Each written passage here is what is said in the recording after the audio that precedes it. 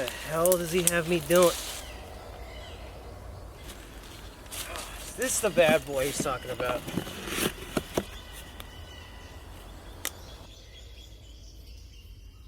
Oh, sweet baby Jesus, you're so motherfucker, God. Oh. Okay, I gotta give him a call.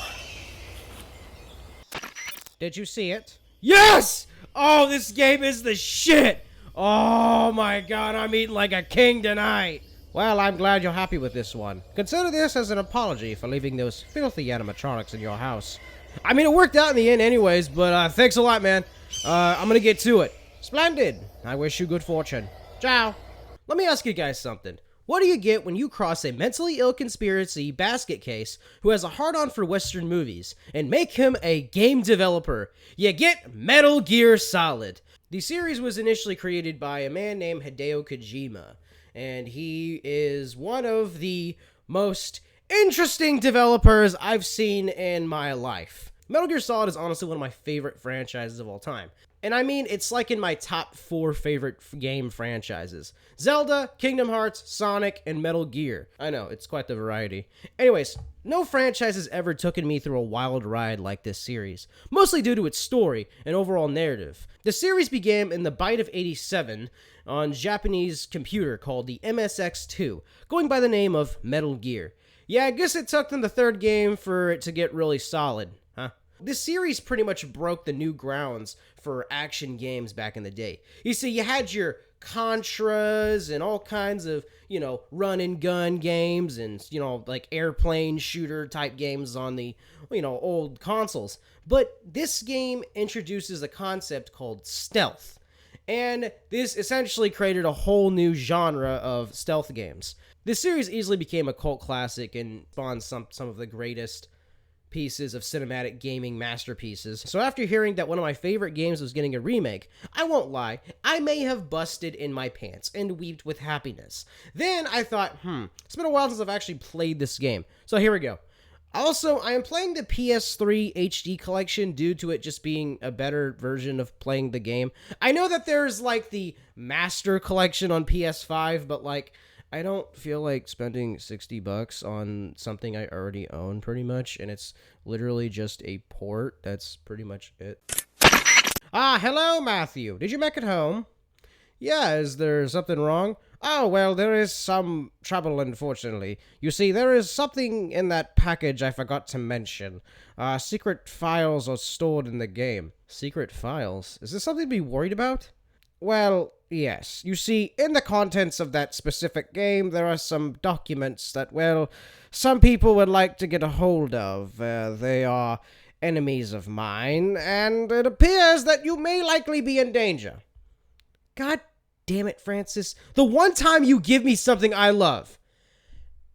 I can never catch a break from you, can I? Well, normally I would not be putting this on you, but there was a mix-up in the delivery of the package. A mix-up? How the hell did you misplace something very important? What is in these documents? Ties to my fortune. That is all I can say. For the time being, at least, I am sad to say this, but you are on your own for now. And I cannot let the other authorities get a hold of them either.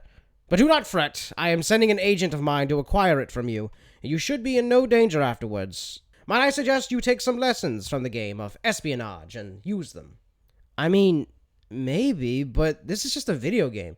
Look, if I die, I will haunt you for the rest of your life. Got it? I would expect nothing less from you, Matthew. Also, listen. There is a saying in China. You must cross the river before you tell the crocodile he has bad breath. Do you know what that means? The crocodile needs to brush his teeth or get a better dental plan? No, Matthew. It means wise men avoid danger first. Use your brain to avoid the enemy. Just like Snake, huh?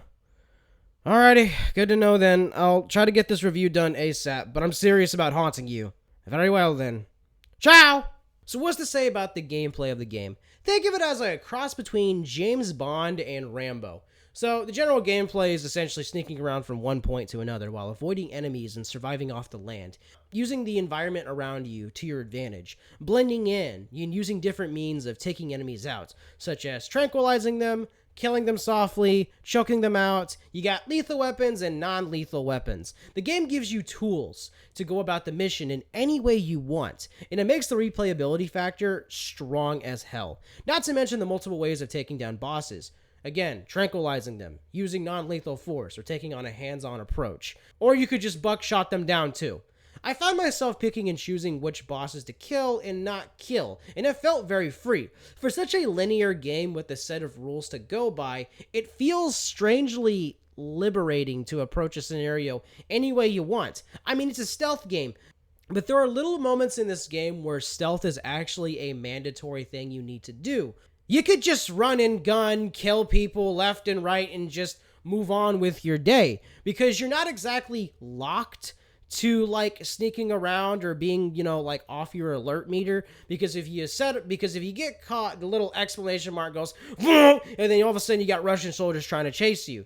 But the thing is that you don't, like, if you get caught, you can just keep going through the story and just keep moving forward. Like, you don't have to be like super stealthy all the time, which I find is a very interesting and very, user-friendly experience. I mean, unless you're playing, like the actual hard difficulty modes where if you get caught one time, you have to restart the entire game. You can heal your stamina meter by feeding off of a tree frog, crocodiles, and feed on snakes.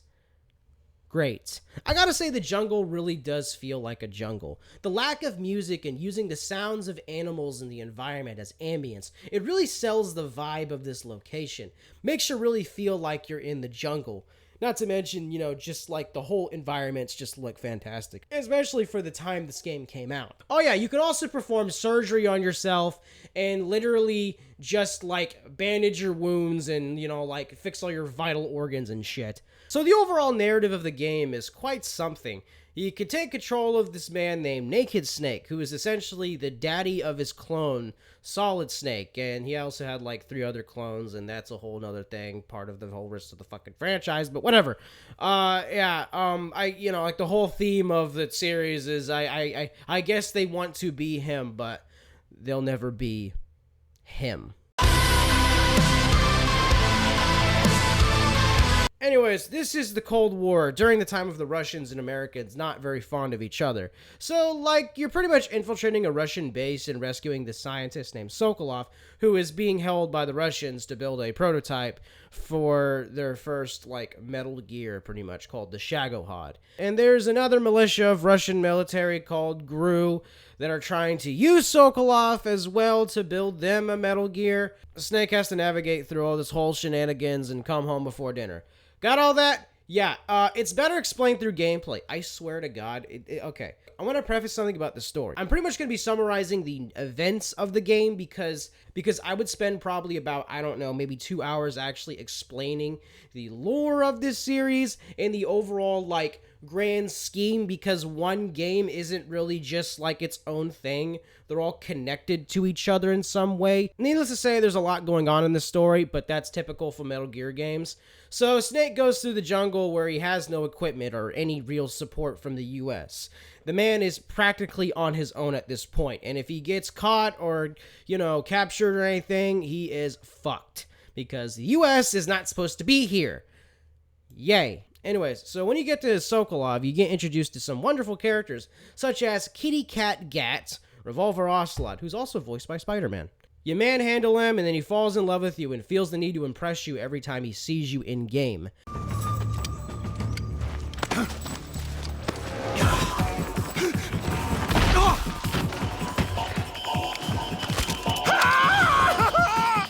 Make your way out to the bridge, and then you find your mentor, military mommy, Big Boss. She was once a hero to the USA, but she's actually defecting to Russia now. Yeah, she raised you, loved you, and taught you how to be a badass, and she's leaving you forever. Oh, me? Then you got old boys of the Russian misfits and the future boss fights, all representing feelings that soldiers would have during war. The fear, the fury, the sorrow, the pain, the end. Yeah, and the boss. Then you got introduction to the single most cold, most Black Air Force channeled monster named Colonel Volgin. This man uses lightning so fucking hard that it drops the FPS on the screen. I swear to God, anytime this man shows up on camera, the game straight up lags. Yeah, needless to say, Snake's got his plate pretty fucking full on this one. After Boss breaks your arm and throws you off a fucking bridge...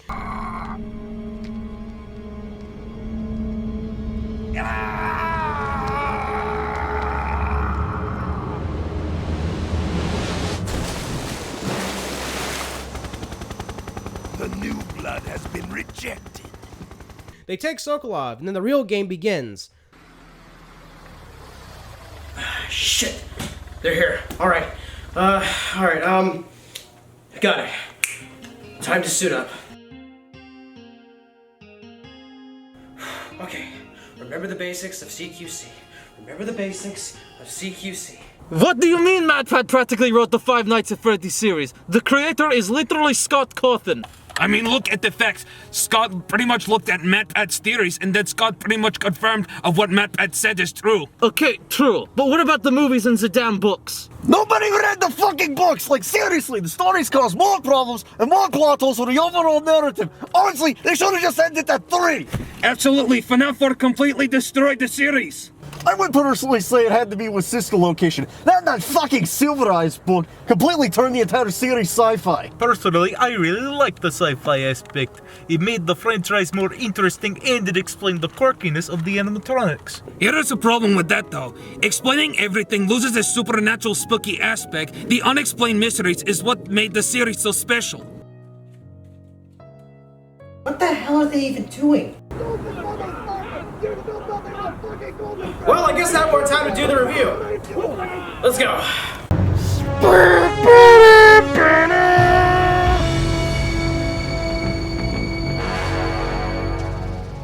What a thrill.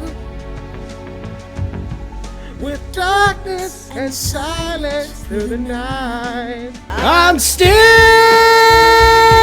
in a dream. Snake Eater! So it's pretty much a 2-hour-long prologue with a long-ass tutorial shoved into it. Lengthy, but honestly kind of effective. So Snake comes back to the mission, all healed up and ready to take them on.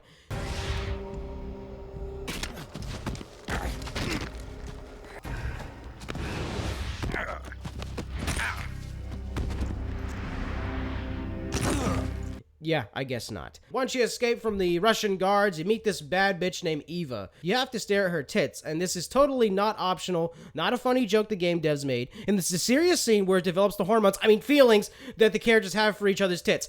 Goals. Shit! Ocelot shows up and cups a feel. Hey yo, what the fuck? Then she hits him in the face with her fucking bike. Alright, that's neat. Then later on, you move on to the jungle and find Ocelot waiting to cowboy duel. The boss fight is actually really fun. It's easy, but it's still fun nonetheless. The environments and the whole aesthetics of the area, and also with the music too in the background, really makes you feel like you're in a Western-style duel. And I really like how prideful he is as a person. He's got every opportunity to kill Snake, but he wants him for himself. Yeah, I knew he had feelings for him. After your perfect battle, the bees swarming in and Snake jumps off a fucking cliff. Alright, yeah, sounds about right. Honestly, like if I had a bunch of bees swarming me, I would just jump off a cliff and then run into a ravine. That's great. You go through this really dark fucking cavern and it's strangely lengthy. Like the area in the game is kind of lengthy. It's kind of not fun, honestly. And then you meet up with Barry B. Trippin'. And, yeah, he's got a whole lot of wasps and bees, and, yeah, no, they're just a wonderful weapon to use on somebody. And my man is just pretty much a Russian Shino from Naruto. After swimming around looking, it turns out the bees do not like buckshot. Look, I know this gun is called the M37, but I call it the solution, because it is the solution to all your problems. Afterwards, you get to see Ocelot do a fun clown juggle trick, and literally scare the piss out of Sokolov.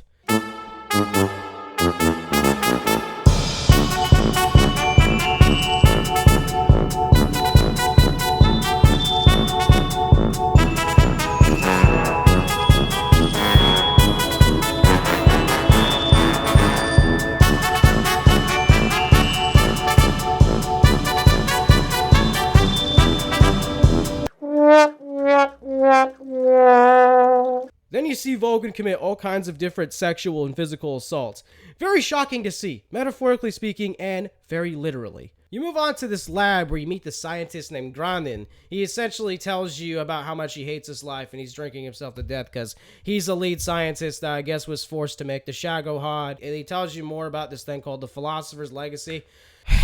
Okay, so the Philosopher's Legacy is essentially like a bunch of money that the rich Illuminati people called the Philosophers, who had a fuckload of power, who wanted to shape the world and wish for it to be the way they wanted it to be. Also, Boss is a descendant of one of them too, and they want to use and Vulcan wants to use the Philosopher's Legacy money so he can build a bigger army and empire and make more war and do all goofy evil villain shit.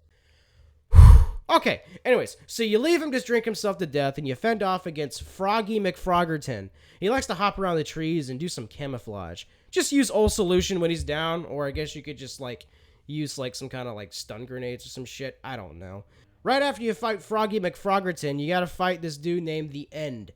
And how appropriate name, because this man is literally at his end. Look, I've seen my grandpa do miraculous things at his age, but this is insane. The man takes the power of God and anime on his side and keeps him alive for one more fight. This climactic fight of ideals between young and old, experienced versus inexperienced, the youth of speed and endurance versus the wise patience and calm nature of an old man. Let this battle go on and make it beautiful. Shoot as he shines. Aim to kill. Let the hunter become prey. Or you could just always, just change the date on your console a week ahead and then he dies of old age. Well, after all that, you gotta make your way up to this mountain and climb one of the tallest fucking ladders in existence while this beautiful echoes of an angel sings their song. I'm still in a dream, snake eater. I'm still in a dream, snake eater.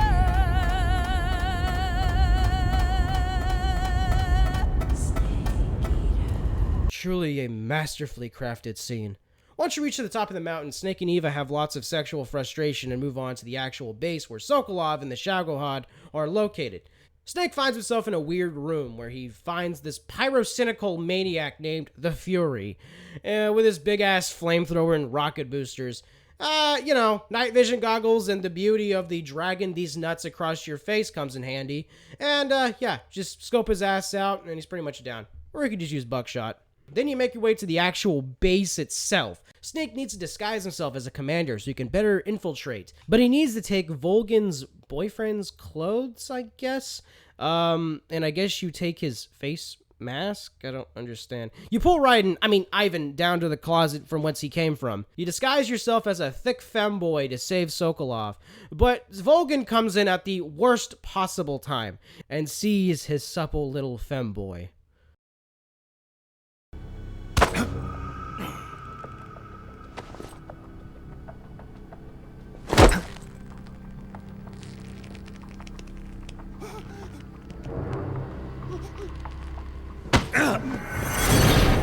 Who are you? Don't play dumb with me. If you think you can fool me, you're sorely mistaken.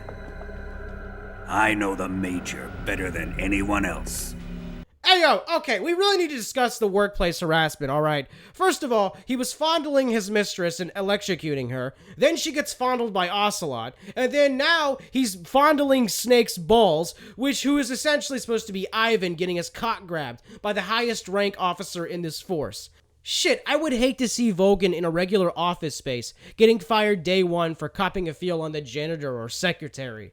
So the boss comes in and cock blocks Vulcan, then reveals you. You get captured and tortured in a really brutal way. Holy shit, Snake was able to tank all of these hits with 10 million fucking volts, by the way. Also, not to mention, he's just getting pummeled with a bag over his head, barely able to breathe. Jesus Christ.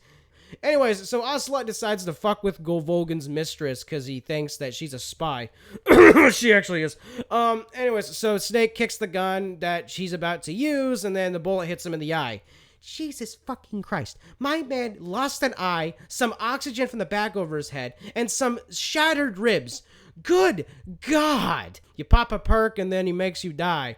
Then you got a sweet tooth that makes you get right back up and do some sick CQC. You bust out of the facility, get chased by Ocelot from the sewers, and jumps off of another fucking cliff. Okay, what is with Snake jumping off cliffs in this game? I swear to God, he has quite the day. After jumping off the high cliffs, you move on to this creek where the Sorrow is. He's essentially some dead guy that wants you to feel bad for killing people in-game, which I actually think is a brilliant idea for this boss fight, because So in the game, you have an option on killing people or taking them down non-lethally. And the more people you kill throughout the game, the more difficult this boss fight is, because he literally takes every person you kill and uses it against you. And then he also likes to do little goofy jump scares. However, if you do a non-lethal run of this game, then you are big chilling and there is no one to attack you. I think this is a really well designed and sort of brings the gameplay and story, making them one and the same. It's a really good sense of immersion. You pop another perk in and trick old boy Sorrow into thinking you're dead. Then you use your sweet tooth again and beat him. Snake moves on to the Russian bad guy base again, but this time he's got silly putty bombs that you gotta use to blow up the base. However, you get spotted again and you need to do a boss fight with Volgin and Ocelot. Volgin dresses down into skivvies and begins this electric battle. But just move around him and no-scope his ass, and, he's your bitch, honestly. Or just use buckshot. Either way, it works. After all that, Snake hops into a 2-seater bike with Eva, and, you just gotta do like an on-rails shooter type game. Then Volgin comes back in his Shagohod and chases you down with nothing else on the mind but you and your ass. All you gotta do is just blow up the fucking Shagohod with a couple of RPG missiles, and it ain't nothing but a thing. Then more Russian soldiers come chase you and Eva to the forest, where she is heavily injured, and you gotta keep stuffing her mouth with rations, because her stamina keeps draining faster than her fucking health can regenerate. Soon after, you make it to the escape plane by, maneuvering around the forest and not trying to get fucking killed. Then, all of a sudden, you find yourself in this garden, this beautiful white garden. Then, all of a sudden, the boss shows up. Mommy? Man, honestly, this is one of the greatest final bosses in gaming history, in my opinion. The amount of confliction that Snake has to kill what is essentially his mother/mentor figure. And not to mention how not only does she feel like a real boss in this game, she is a mirror of you in the fighting style that you have accustomed to.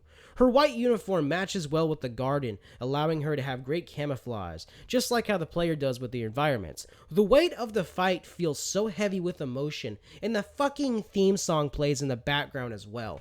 It is just so fucking beautiful, and just like a beautiful ending to this game, honestly. Once you defeat her, you take her weapon and reluctantly put her down for good.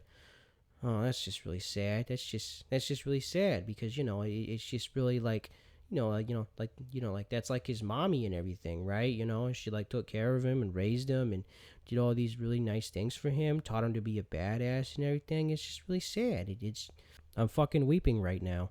Look, all I'm saying is that the Mimic was a ridiculous addition to the story, made everything else feel pointless. I don't know about that, because I think it does a lot for the Williams characterization. It makes him seem like a really big brain. Don't even get me started on this Afton family bullshit. I mean, there are 3 purple guys now? What the actual fuck is going on in this franchise? 3 purple guys? The fuck are you on about? There was 2, William and Michael. Yeah, but in Pizzeria Simulator... Oh, for God's sakes, Adamska! Were you not there when we watched the entire Five Nights at Freddy's MatPat game theories? We binged them all.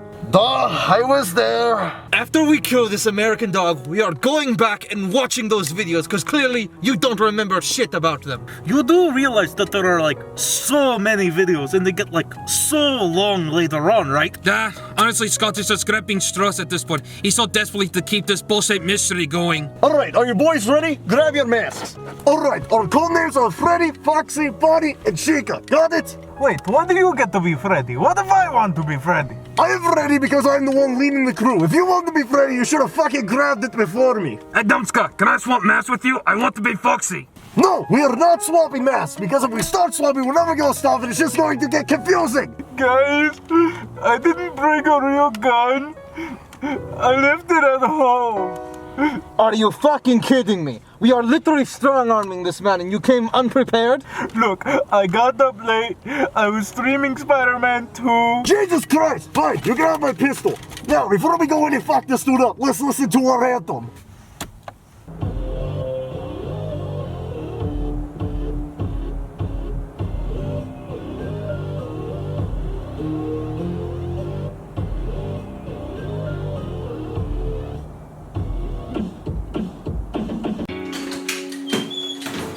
Alright, American, get on the... Where is he? I don't see him anywhere. Yeah, he's not in the bathroom, nor in any of these rooms. Alright, Foxy, you go check the back room in the backyard. I'm gonna keep looking in here. Very well.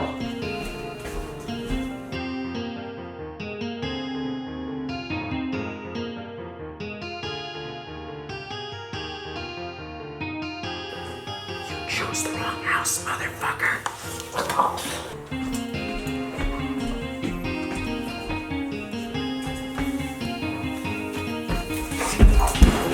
Do the carpets match the drapes? Oh God! They killed Tika! No! Hey, pull yourself together, alright? We'll avenge him. Alright, you must be in that room. There's somewhere else you go to bed. We would have saw him otherwise. Let's go. No, okay.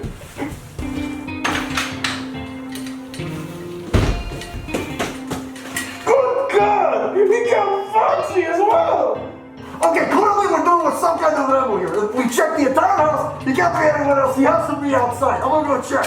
Don't go out there! What if he kills you too? He can't. I applaud her. I wouldn't believe. He is so fucked. Okay. Alright, where are you, motherfucker? Where are you hiding?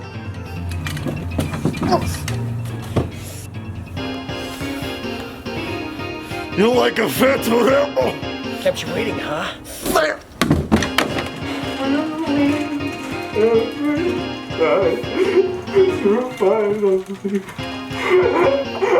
Oh God! Riley's dead! Everyone's gone! But wait, Freddy doesn't have his mask on. Where did he? Oh. Okay, alright, well. That's done. Better call Francis. Kept you waiting, huh? Oh, thank the gods you're alive. Are they gone? Well, that's the way to put it, I guess. What do you mean? Wait, did you? Yeah, I kinda went Rambo on their ass and, killed them all. Good God, Matthew! You murdered them all? How the bloody hell did you do that? Well, I remembered the basics of CQC. Well, normally I would laugh, but this is very interesting developments. Look, I'm going to send an agent of mine to take care of this matter of waste management of some sorts. Alrighty, sounds good. See you later, Francis. Snake hops on the plane and escapes, but Ocelot chases you down for one last duel, all Western style. But it's actually a blank. Oh, fun!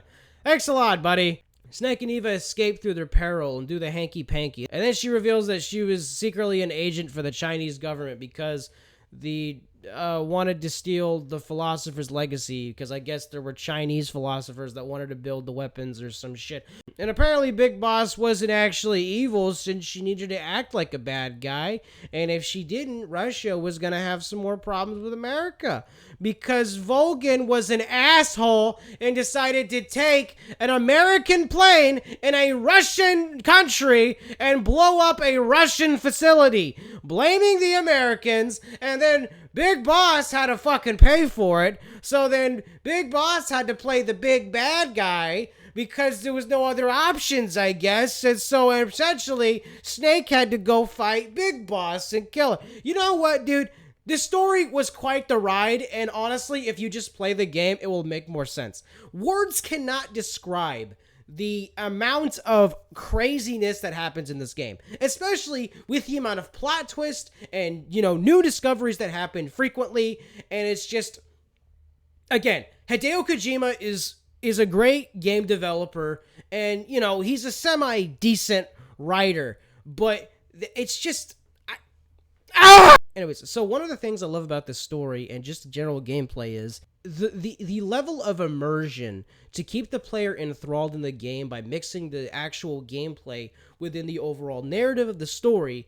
It feels genuine in a weird way, like it feels like a natural progression. You see, Metal Gear is a very cinematic game where everything feels natural. Everything sort of just like builds in slowly together rather than just, okay, go into the next room, cutscene, go into the next room, cutscene. Things that you do in the game can actually affect the overall story or things that go on in the actual narrative itself. And it actually feels a lot more rewarding to do things a bit differently. And it actually also creates a new sense of replayability factor, and I think that's fucking fantastic. She was a real hero. She was a true